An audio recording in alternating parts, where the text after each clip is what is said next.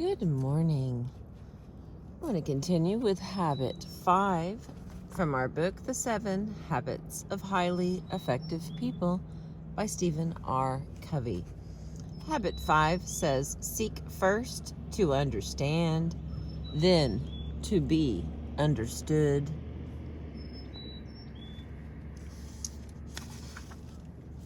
Principles of empathic communication. The heart has its reasons, which reason knows not of. Pascal. Suppose you've been having trouble with your eyes and you decide to go to an optometrist for help. After briefly listening to your complaint, he takes off his glasses and hands them to you. Put these on, he says. I've worn this pair of glasses for 10 years now, and they've really helped me. I have an extra pair at home. You can wear these. So you put them on, but it only makes the problem worse. This is terrible, you exclaim. I can't see a thing. Well, what's wrong, he asks. They work great for me. Try harder. I am trying, you insist. Everything is a blur. Well, what's the matter with you? Think positively. Okay, I positively can't see a thing. Boy, are you ungrateful, he chides. And after all I've done to help you. What are the chances you'd go back to that optometrist the next time you need help? Not very good, I would imagine. You don't have much confidence in someone who doesn't diagnose before he or she prescribes. But how often do we diagnose before we prescribe in communication? Come on, honey, tell me how you feel. I know it's hard, excuse me, but I'll try to understand. Oh, I don't know, Mom. You'd think it was stupid. Of course I wouldn't. You can tell me. Honey, no one cares for you as much as I do. I'm only interested in your welfare. What's making you so unhappy? Oh, I don't know. Come on, honey. What is it? Well, to tell you the truth, I just don't like school anymore. What? You respond incredulously. What do you mean you don't like school? And after all the sacrifices we've made for your education. Education is the foundation of your future. If you'd apply yourself like your older sister does, you'd do better, and then you'd like school. Time and time again, we've told you to settle down. You've got the ability, but you just don't apply yourself. Try harder. Get a positive attitude about it. Pause. Now go ahead. Tell me how you feel. We have such a tendency to rush in, to fix things up with good advice, but we often fail to take the time to diagnose, to really deeply understand the problem first. If I were to summarize in one sentence the single most important principle excuse me, I have learned in the field. Okay, hang on just a second.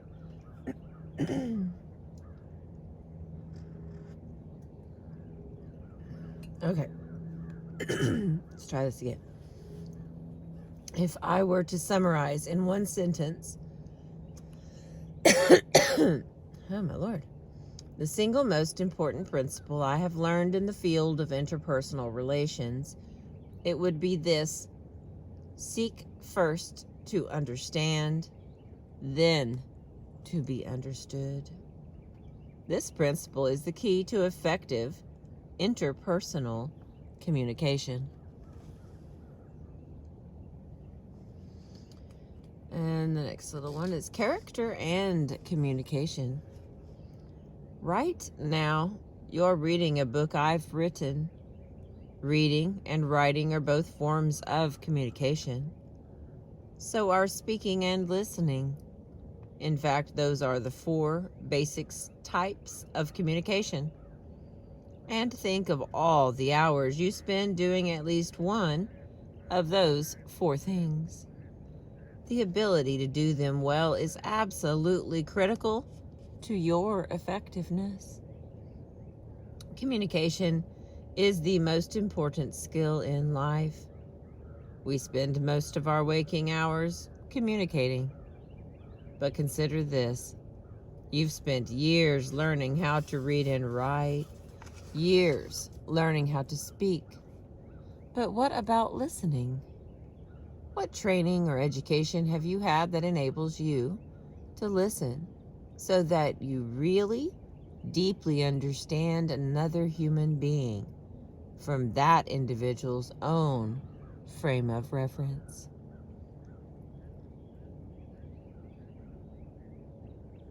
Comparatively few people have had any training in listening at all, and for the most part, their training has been in the personality ethic of technique, truncated from the character base and the relationship base, absolutely vital to authentic understanding of another person. If you want to interact effectively with me, to influence me, your spouse, your child, your neighbor, your boss, your coworker, your friend, you first need to understand me. And you can't do that with technique alone. If I sense you're using some technique, I sense duplicity, manipulation. I wonder why you're doing it, what your motives are, and I don't feel safe enough to open myself up to you. The real key to your influence with me is your example, your actual conduct. Your example flows naturally out of your character or the kind of person that you truly are, not what others say you are or what you may want me to think you are. It is evident in how I actually experience you. Your character is constantly radiating, communicating. From it, in the long run, I come to instinctively trust or distrust you and your efforts with me. If your life runs hot and cold, if you're both caustic and kind, and above all, if your private performance does not square with your public performance, it is very hard for me to open up with you. Then, as much as I may want and even need to receive your love and influence, I don't feel safe enough to expose my opinions and experiences and my tender feelings. Who knows what will happen? But unless I open up with you, unless you understand me and my unique situation and feelings, you won't know how to advise or counsel me. What you say is good and fine, but it doesn't quite pertain to me. You may say you care about and appreciate me. I desperately want to believe that. But how can you appreciate me when you don't even understand me? All I have are your words, and I can't trust words. I'm too angry and defensive, perhaps too guilty and afraid to be influenced, even though inside I know I need what you could tell me. Unless you're influenced by my uniqueness, I'm not going to be influenced by your advice. So if you want to be really effective in the habit of interpersonal communication, you cannot do it with technique alone. You have to build the skills of empathic listening on a base of character that inspires openness and trust. And you have to build the emotional bank accounts that create a commerce between hearts.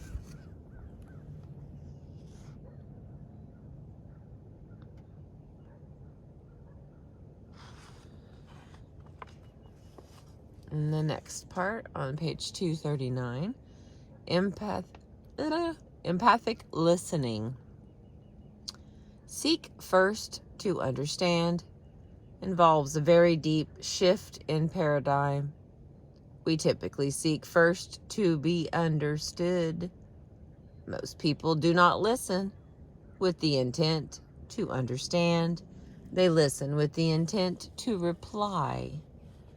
They're either speaking or preparing to speak. They're filtering everything through their own paradigms, reading their autobiography into other people's lives. Oh, I know exactly how you feel. I went through the very same thing. Let me tell you about my experience. They're constantly projecting their own home movies onto other people's behavior. They prescribe their own glasses for everyone with whom they interact. If they have a problem with someone, a son, a daughter, a spouse, an employee, their attitude is, that person just doesn't understand. A father once told me, I can't understand my kid. He just won't listen to me at all. Let me restate what you just said, I replied. You don't understand your son because he won't listen to you? That's right, he replied. Okay, let me try again, I said. You don't understand your son because he won't listen to you. That's what I said, he impatiently replied. I thought that to understand another person, you needed to listen to him, I suggested. Oh, he said, and there was a long pause. Oh, he said again, as the light began to dawn. Oh yeah, but I do understand him. I know what he's going through. I went through the same thing myself. I guess what I don't understand is why he won't listen to me. This man didn't have the vaguest idea of what was really going on inside his boy's head. He looked into his own head and thought he saw the world, including his boy. That's the case with so many of us. We're filled with our own rightness, our own autobiography. We want to be understood. Our conversations become collective monologues, and we never really understand what's going on inside another human being. When another person speaks, we're usually listening at one of 4 levels. We may be ignoring another person, not really listening at all. We may practice pretending. Yeah, right. We may practice selective listening, hearing only certain parts of the conversation. We often do this when we're listening to the constant chatter of a preschool child. Or we may even practice attentive listening, paying attention and focusing energy on the words that are being said. But very few of us ever practice the 5th level, the highest form of listening, empathic listening. When I say empathic listening, I am not referring to the techniques of active listening or reflective listening, which basically involves mimicking what another person says. That kind of listening is skill-based, truncated from character and relationships, and often insults those listened to in such a way. It is also essentially autobiographical. If you practice those techniques, you may not project your autobiography in the actual interaction, but your motive in listening is autobiographical. You listen with reflective skills, but you listen with intent to reply, to control, to manipulate. When I say empathic listening, I mean listening with intent to understand. I mean seeking first to understand, to really understand. It's an entirely different paradigm. Empathic from empathy. Listening gets inside another person's frame of reference. You look out through it. You see the world the way they see the world. You understand their paradigm. You understand how they feel. Empathy is not sympathy. Sympathy is a form of agreement, a form of judgment, and it is sometimes the more appropriate emotion and response. But people often feed on sympathy. It makes them dependent. The essence of empathic listening is not that you agree with someone. It's that you fully, deeply understand that person, emotionally as well as intellectually. Empathic listening involves much more than registering, reflecting, or even understanding the words that are said. Communications experts estimate, in fact, that only 10% of our communication is represented by the words we say. Another 30% is represented by our sounds, and 60% by our body language. In empathic listening, you listen with your ears, but you also, and more importantly, listen with your eyes and with your heart. You listen for feeling, for meaning. You listen for behavior. You use your right brain as well as your left.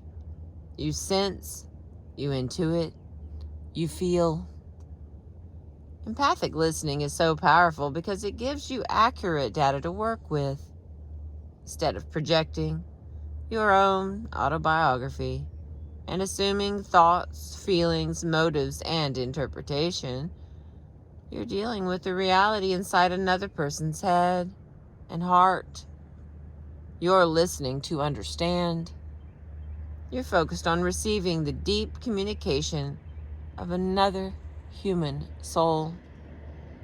In addition, empathic listening is the key to making deposits in emotional bank accounts, because nothing you do is a deposit unless the other person perceives it as such. You could work your fingers to the bone to make a deposit, only to have it turn into a withdrawal when a person regards your efforts as manipulative, self-serving, intimidating, or condescending, because you don't understand what really matters to them. Empathic listening is, in and of itself, a tremendous deposit in the emotional bank account. It's deeply therapeutic and healing because it gives a person psychological air. If all the air were suddenly sucked out of the room you're in right now, what would happen to your interest in this book? You wouldn't care about the book. You wouldn't care about anything except getting air. Survival would be your only motivation. But now that you have air, it doesn't motivate you. This is one of the greatest insights into the field of human motivation. Satisfied needs do not motivate. It's only the unsatisfied need that motivates. Next to physical survival, the greatest need of a human being is psychological survival. To be understood, to be affirmed, to be validated, to be appreciated. When you listen, with empathy to another person, you give that person psychological air, and after that vital need is met, you can then focus on influencing or problem solving. This need for psychological air impacts communication in every area of life.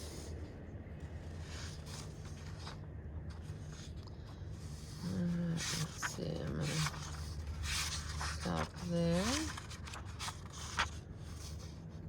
I don't know how many more pages we got left. Okay, let's see. We are on page 242, and we've got to get to 260 to finish Habit 5. Thank you for being with me this morning. I appreciate you.